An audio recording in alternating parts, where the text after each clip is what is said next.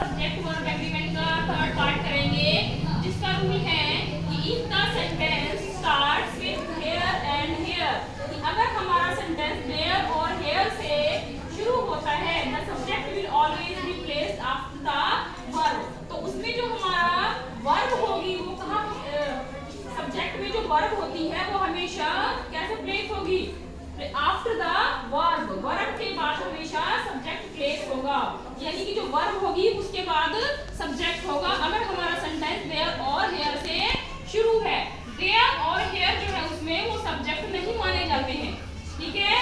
तो सब्जेक्ट कौन सा होगा, वर्ब के बाद जो हमारा होगा वही हमारा सब्जेक्ट काउंट होगा, उसी को हम सिंगुलर प्लूरल मानकर अपनी वर्ब का यूज करेंगे। आप sentence there is a problem with the remote, अब यहाँ पर देयर है, देयर हमारा सब्जेक्ट काउंट नहीं होता, तो यहाँ पर हमने क्या किया, ये हमारी वर्ब इज है और ये है हमारा सब्जेक्ट, इसको हम सब्जेक्ट मानेंगे अपना। एक प्रॉब्लम की बात हो रही है, तो यहाँ पर ये सिंगुलर है, इसलिए हमने यहाँ पर सिंगुलर वर्ब का यूज किया है, इज का यूज किया है। दूसरा सेंटेंस है here are the books you asked for, यहाँ पर हेयर है और हेयर हमारा सब्जेक्ट नहीं है, वर्ब के बाद क्या है हमारा द बुक्स, बुक्स है तो ये हमारा क्या है प्लूरल, तो इसलिए हमने यहाँ पर आर का यूज किया है, ठीक है। सेंटेंस में क्या है कि अगर हमारा सेंटेंस देयर या हेयर से शुरू हो तो हमने जो वर्ब के बाद सब्जेक्ट है उसके अकॉर्डिंग अपना वर्ब का यूज करना है। नेक्स्ट है इसमें आप देखो, उसके बाद हमारा क्या है, ये कलेक्टिव नाउन है। कलेक्टिव नाउन में क्या होता है कि इसमें हमारी जो वर्ब है वो सिंगुलर भी हो सकती है और प्लूरल भी हो सकती है, डिपेंड करता है उसके मीनिंग के ऊपर, ठीक है। मीनिंग के अकॉर्डिंग हम सिंगुलर और प्लूरल का इसमें यूज करेंगे। तो इसका रूल है if collective noun is used as a single unit, कि अगर हमारी कलेक्टिव नाउन एक सिंगल यूनिट के रूप में यूज हुई है तो हम सिंगुलर वर्ब का यूज करेंगे। फॉर एग्जांपल हमारा सेंटेंस है the crowd increasing, sentence the crowd, crowd हमारी एक क्या है, भीड़ है, व्यक्तियों का झुंड है, ठीक है। तो वो क्या होगी, एक यूनिट होगी, एक ग्रुप हो गया, तो यहाँ पर हम क्या यूज करेंगे, वर्ब सिंगुलर का वर्ब का यूज करेंगे, यहाँ पर हमारी सिंगुलर वर्ब आएगी इज। दूसरा हमारा सेंटेंस है the jury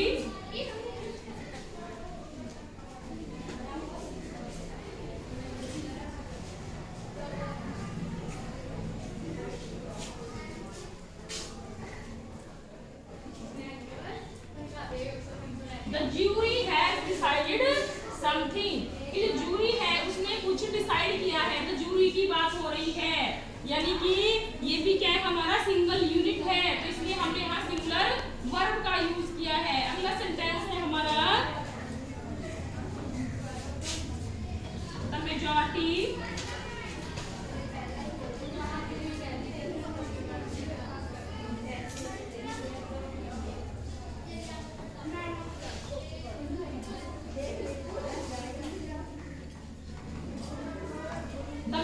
rules most of the time.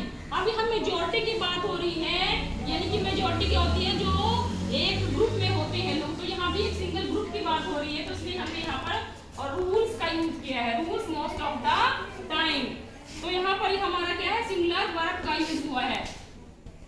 आप देखो अगला एग्जांपल था the committee meets here every Thursday, जो कमेटी है लोगों का जो कमेटी बनी हुई है वो एक सिंगल यूनिट है, इसलिए हमने यहाँ पर क्या यूज किया है, सिंगुलर वर्ब का यूज किया है। नेक्स्ट हमारा है, आप देखो अगला हमारा रूल क्या है कि if collective noun is used as individual members within a single unit use a plural verb. पहले हमने सिंगुलर वर्ब के बारे में पढ़ा था, अब हम प्लूरल वर्ब कैसे यूज करेंगे।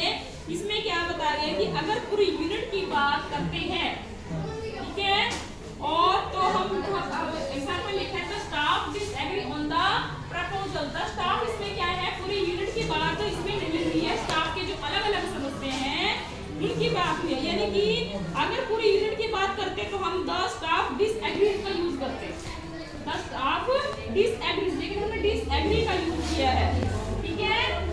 डिसएग्री, अगर हम किसी के साथ एस या इस लगाएंगे तो वो सिंगुलर बन जाता है।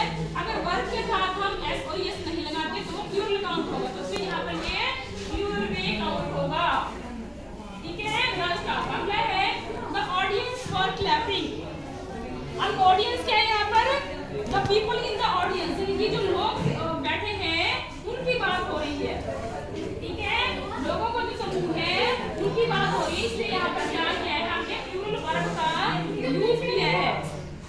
कहने का मतलब है कि जिस तरीके का सेंस हो, सेंटेंस में जिस तरह का सेंस हो जो आप बताना चाह रहे हो। अगर मेंबर्स की बात कर रहे हैं तो प्लूरल वर्ब आनी चाहिए, ठीक है। और पूरी यूनिट की बात करें तो सिंगुलर वर्ब लगानी चाहिए। तो इसमें क्या है, हम पूरी यूनिट की बात नहीं कर रहे हैं, हम इसमें किस तरीके की बात कर रहे हैं? मेंबर्स की बात कर रहे हैं। ऑडियंस के जो लोग बैठे हुए जो ताली बजा रहे हैं उसकी बात कर रहे हैं, तो इसलिए हमने प्लूरल वर्ब का यूज किया है, ठीक है। अगला हमारा रूल है, आप देखो इसका रूल में लिख दिया है कि पहला सेंटेंस क्या था? स्टॉप डिसएग्री, प्लूरल वर्ब का यूज किया है हमने कि अगर पूरी यूनिट की बात करें, अगर पूरी यूनिट की बात करते हैं तो हम डिसएग्री का यूज करते हैं, यानी कि सिंगुलर वर्ब का यूज किए। उसके बाद है द ऑडियंस वर क्लैपिंग, ठीक है। इसमें क्या है, ऑडियंस में जो लोग बैठे हुए हैं उनकी बात हो रही है कि जिस तरीके का सेंस हो जो हम बात कर रहे हैं, बताना चाह रहे हैं। अगर मेंबर्स की बात कर रहे हैं तो प्लूरल वर्ब का यूज होगा, तो यहाँ पर मेंबर्स की बात कर रहे हैं, जो मेंबर्स बैठे हुए हैं, ठीक है। तो इसलिए हमने यहाँ पर प्लूरल वर्ब का यूज किया है। और हम पूरी यूनिट की बात कर रहे हैं, जैसा कि हमने पिछले रूल में किया है, तो वहाँ पर हमने सिंगुलर वर्ब लगाई है। ये इसका रूल हम नेक्स्ट करेंगे। अब देखो अगला हमारा क्या रूल था कि इफ जेरेंड्स और infinitive are used as the subject, कि अगर हमारे जेरेंड और इंफिनिटिव सब्जेक्ट में यूज किए जाते हैं, यूज अ सिंगुलर वर्ब, तो हम सिंगुलर वर्ब का यूज करेंगे। और when they are joined by and use a plural verb, और अगर वे एंड से जुड़े हैं तो हम प्लूरल वर्ब का यूज करेंगे। अब देखो इसमें लिखा है कि जब जेरेंड और इंफिनिटिव को सब्जेक्ट की जगह यूज करते हैं, ठीक है, यानी कि जेरेंड और इंफिनिटिव को सब्जेक्ट हमारा सेंटेंस से पहले आता है ना, तो इससे ये बताया गया है कि अगर जेरेंड और इंफिनिटिव को सब्जेक्ट की जगह यूज करते हैं तो नॉर्मली हम क्या यूज करते हैं? सिंगुलर वर्ब का यूज करते हैं। सेंटेंस हमारा है reading is a great skill. अब देखो यहाँ पर रीडिंग हमारा क्या है? जेरेंड, तो इसलिए हमने यहाँ पर क्या यूज किया? सिंगुलर वर्ब का यूज किया है, ठीक है। दूसरा सेंटेंस है reading and writing are great skill. अब रीडिंग और राइटिंग, तो ये हमारे दोनों में सेंटेंस में क्या लिखा हुआ है कि अगर वो एंड से जुड़े हैं तो हम प्लूरल वर्ब का यूज करते हैं, यानी कि सब्जेक्ट की जगह पर अगर हमारा सेंटेंस है कि जब जेरेंड और इंफिनिटिव को सब्जेक्ट की जगह यूज करते हैं तो नॉर्मली हम सिंगुलर वर्ब का यूज करते हैं। लेकिन इसमें बताया गया है कि व्हेन दे आर जॉइंड, लेकिन जब वही सेंटेंस एंड में जुड़े होते हैं तो हम प्लूरल वर्ब का यूज करते हैं। तो यहाँ पर हमने प्लूरल वर्ब का यूज किया है। नेक्स्ट है to swim is a great workout. अब टू स्विम इसमें क्या है भाई? टू स्विम इसमें है, प्लूरल वर्ब का यूज करेंगे हम इसमें, ठीक है।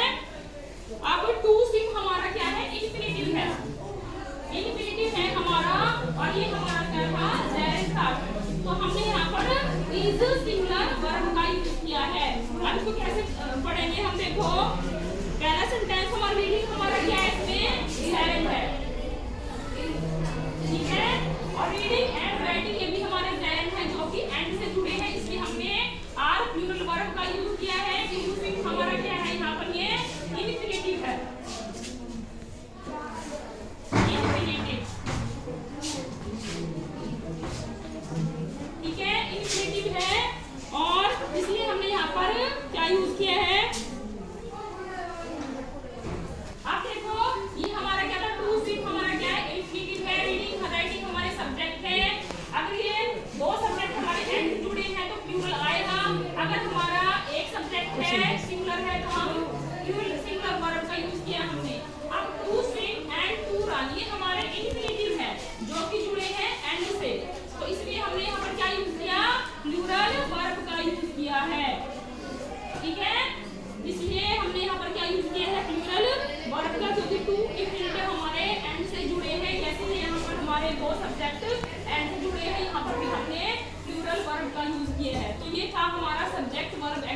हमारा टॉपिक जो कि कंप्लीट हो चुका है। ठीक है, आगे हम नेक्स्ट टॉपिक करेंगे अपना। Thank you.